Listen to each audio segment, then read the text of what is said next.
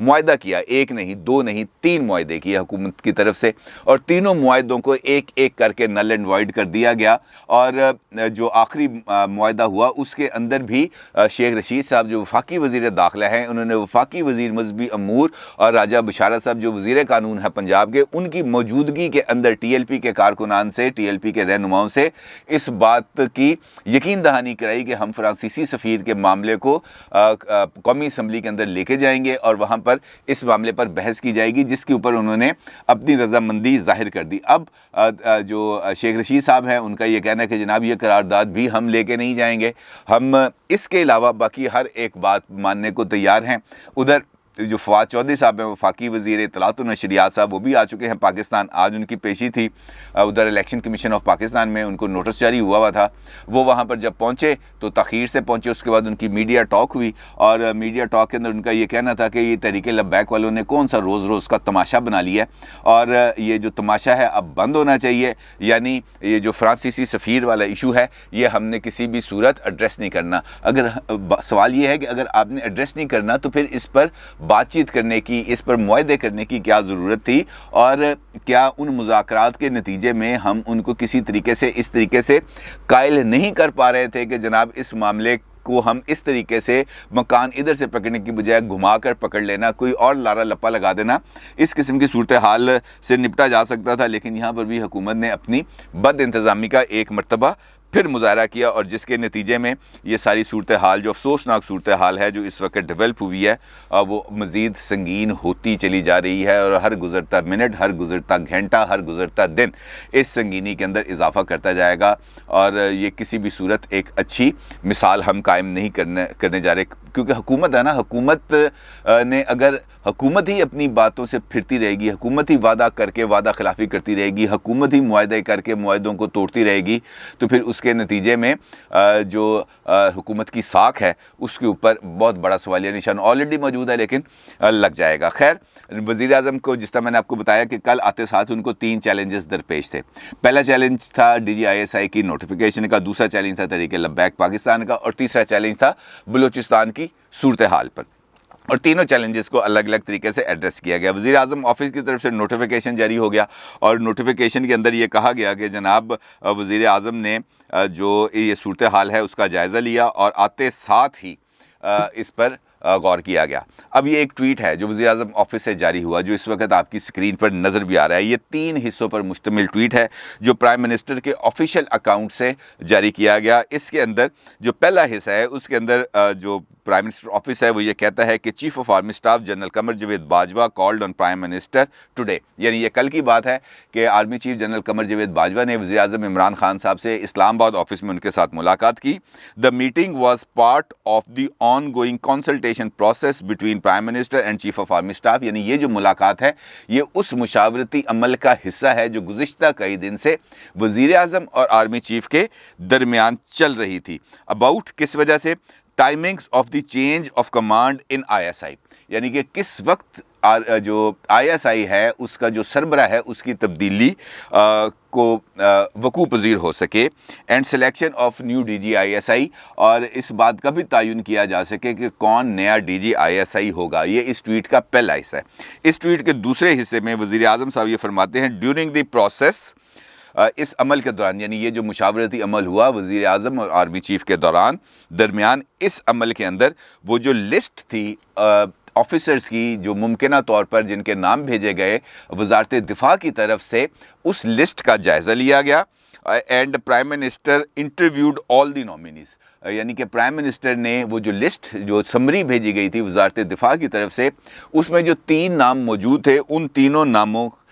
جو تینوں شخصیات تھیں، جو تینوں لیفٹیننٹ جنرل سے، ان کے انٹرویو کیے۔ A final round of consultation was held between Prime Minister and Chief of Army Staff، اور اس کے نتیجے میں جو ایک فائنل راؤنڈ تھا مشاورت کا وہ ہوا اسلام آباد میں وزیر اعظم اور آرمی چیف کے درمیان۔ After the detail consultative process, یہ طویل مشاورتی عمل کے بعد، lieutenant general Nadeem Ahmed Anjum was approved as new DG ISI، یعنی کہ اس پروسیس کے بعد لیفٹیننٹ جنرل ندیم احمد انجم صاحب کے نام بطور ڈی جی آئی ایس آئی اس تقرر کی منظوری دے دی گئی. The designate D G I S I جو اس کا آخری حصہ ہے, the designate D G I S I shall assume charge on 20 November 2021. یعنی یہ جو نئے ڈی جی آئی ایس آئی ہیں یہ 20 نومبر کو اپنے عہدے کا چارج سنبھالیں گے. یعنی پرائم منسٹر عمران خان صاحب جو یہ چاہتے تھے کہ ڈی جی آئی ایس آئی فیض حمید صاحب مزید کچھ عرصہ, ان کی تو خواہش تھی کہ 3 سے 4 ماہ تک وہ مزید اس پر کام کریں, جس کا اظہار عامر ڈوگر صاحب نے بھی کیا تھا, لیکن آخرکار ان کو مزید چند ہفتے مل گئے ہیں جو ان کی اپنی خواہش تھی لیفٹیننٹ جنرل فیض حمید صاحب کے ساتھ بطور ڈی جی ایس آئی کام کرنے کے لیے. اب جو بنیادی طور پر اس حوالے سے جو خبریں چل رہی تھیں, جو سینہ گدر چل رہا تھا, جو افواہیں چل رہی تھیں, جو خبریں گرم تھیں, وہ یہ تھی کہ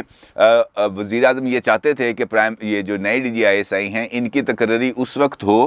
جب یہ والا پروسیس مکمل ہو چکا ہو, جس کا اعلان آج محکمہ موسمیات نے اپنی ویب سائٹ پہ کیا. جنوری میں بھی ان کی ویب سائٹ کے اوپر اس حوالے سے یہ اطلاعات موجود ہیں کہ 19 نومبر کو چاند گرہن ہوگا. یہ چاند گرہن جنوبی شمالی امریکہ, افریقہ, کینیڈا, یورپ, آسٹریلیا اور ایشیا کے کئی حصوں میں دیکھا جا سکے گا. پاکستان کے معیاری وقت کے مطابق یہ چاند گرہن رات 11 بجے کے قریب شروع ہوگا. 11 بج کر یہ شروع ہوگا جناب 11:02 پر. یہ محکمہ موسمیات یہ بتا رہا ہے یہ شروع ہوگا, اور پاکستان کے اندر چونکہ لاہور کے اندر یہ دیکھا نہیں جائے گا اور پاکستان کے کئی حصوں میں نظر نہیں آئے گا کیونکہ یہ افق سے نیچے ہوگا. لیکن جو ماہرین نجوم ہیں وہ یہ کہتے ہیں کہ ان کے اس اثرات ہوتے ہیں کافی, یہ جو چاند گرہن ہے, اور اس کے لیے ہدایت یہ کی جاتی ہے عمومی طور پر کہ جو حاملہ خواتین ہیں وہ رات کے وقت باہر نہ نکلیں, اور ماہی گیروں کو اس بارے میں ہدایت کی جاتی ہے کہ جناب آپ کھلے سمندر کے اندر نہ جائیں, کیونکہ چاند گرہن کی وجہ سے وہ جو مد و جزر ہے اس کی کیفیت پیدا ہو سکتی ہے اور لہریں بلند ہو سکتی ہیں, لہٰذا ماہی گیروں کو بھی روک دیا جاتا ہے. اس کے کچھ سیاسی اثرات بھی ماہرین نجوم کہتے ہیں, اور یہ جو ویب سائٹ اس وقت میں آپ کے سامنے آپ کی اسکرین پر نظر آ رہی ہے, جس ویب سائٹ کے اوپر سے میں نے یہ خبریں لی ہیں, ان ویب سائٹس کے مطابق ان کے کچھ زوڈک سائنس جو ہیں ان کے اوپر بھی اس کے خاصے اثرات نظر آئیں گے. کئیوں کو خاصی مشکلات کا سامنا کرنا پڑ سکتا ہے, اور خاص طور پر وہ افراد جو اکتوبر کے اندر پیدا ہوئے ہیں ان کو وہ لیبرا بھی ہو سکتے ہیں, وہ دیگر جو زوڈک سائنس کے تحت آتے ہیں ان کے اوپر ان کے خاصے مضر اثرات ہو سکتے ہیں. اور جو اس حوالے سے خبریں چل رہی تھیں وہ یہی تھیں کہ پرائم منسٹر یہ چاہتے ہیں کہ یہ چاند گرہن گزر جائے تو اس کے بعد نیا ڈی جی کو اپوائنٹ کیا جائے. لیکن معاملہ یہاں پہ ختم نہیں ہوتا, کیونکہ چاند گرہن تو 19 کو ختم ہو جائے گا, 20 کو نیا ڈی جی آ جائے گا, لیکن 4 دسمبر کو سورج گرہن بھی لگنے والا ہے, اور جو سورج گرہن ہے اس کے بھی اثرات آئیں گے, لہٰذا یہ اثرات سے ابھی فوری طور پر نکلا نہیں جا سکتا. اہم سوال اس معاملے میں وہ یہ ہے کہ ایسا آخر کون سے کام ہیں جو وزیر اعظم چاہتے تھے کہ موجودہ ڈی جی آئی ایس آئی یعنی لیفٹیننٹ جنرل فیض حمید صاحب کی موجودگی کے اندر ہی ہو جائے. اور وہ کام بہت زیادہ امپورٹنٹ ہے, کیونکہ حکومت جو بینک کر رہی ہے وہ اس وقت اسی صورتحال پر بینک کر رہی ہے کہ وہ 2 اہم قوانین کو پارلیمنٹ کے مشترکہ اجلاس سے منظور کرا لے. اور اس کے لیے جو فوری طور پر ہدایات پرائم منسٹر آفس سے جاری کر دی گئی ہیں وہ یہ ہے کہ جناب یہ جو مشترکہ اجلاس ہے 2 ان کو جلد از جلد بلایا جائے, اور ایک اجلاس بلایا جائے گا نیب آرڈیننس کی منظوری کے لیے, اور دوسرا جو پارلیمنٹ کا مشترکہ اجلاس ہے وہ بلایا جائے گا انتخابی اصلاحات بل کی منظوری کے لیے, جس کے تحت اوورسیز پاکستانیوں کو ووٹنگ رائٹ بھی ملے گا, اور الیکٹرانک ووٹنگ مشینز کے ذریعے الیکشن کمیشن کو پابند کیا جائے گا کہ وہ لوگوں سے انگوٹھے لگوائے مشین کے اوپر, اور مشین کے اوپر ہی ان کا ووٹ کاسٹ کرے. اور یہ وہ صورتحال ہے جس پر الیکشن کمیشن اچھے خاصے تحفظات کا نہ صرف اظہار کر چکا ہے بلکہ تحریری طور پر بھی اس کا اظہار کر چکا ہے. اور جو فواد چودھری صاحب الیکشن کمیشن آف پاکستان کے سامنے پیش ہوئے تھے لیکن وہ تاخیر سے پہنچے تھے, تو وہ کمیشن وہاں سے اٹھ چکا تھا, وہ اسی وجہ سے پہنچا تھا, ان کو نوٹس جاری ہوا تھا کیونکہ انہوں نے جو تقریر کی تھی الیکشن کمیشن کے اس اعلان کے بعد کہ ہم موجودہ الیکشنز کے اندر یعنی جو آنے والے الیکشنز ہیں اس کے اندر ای وی ایمز استعمال نہیں کر سکتے, اس کے اوپر جو الیکشن کمیشن ہے ان پر اعظم سواتی صاحب اور فواد چودھری صاحب دونوں نے بھرپور قسم کی جو ہے وہ تنقید کی تھی. اور اس کے ساتھ ساتھ کچھ اور بھی جو تیسرا چیلنج ہے وہ بھی بڑا امپورٹنٹ ہے, اس تیسرے چیلنج کے اوپر اگلی ویڈیو میں بات کروں گا کیونکہ اس کے ساتھ کچھ اہم انفارمیشنز بھی آ چکی ہیں, کچھ اور انفارمیشن آنی ہے وہ آپ کے ساتھ انشاءاللہ اگلی ویڈیو میں شیئر کروں گا. اب تک اتنا ہی. اپنا بہت خیال رکھیے گا. آپ کا بہت شکریہ. اللہ حافظ.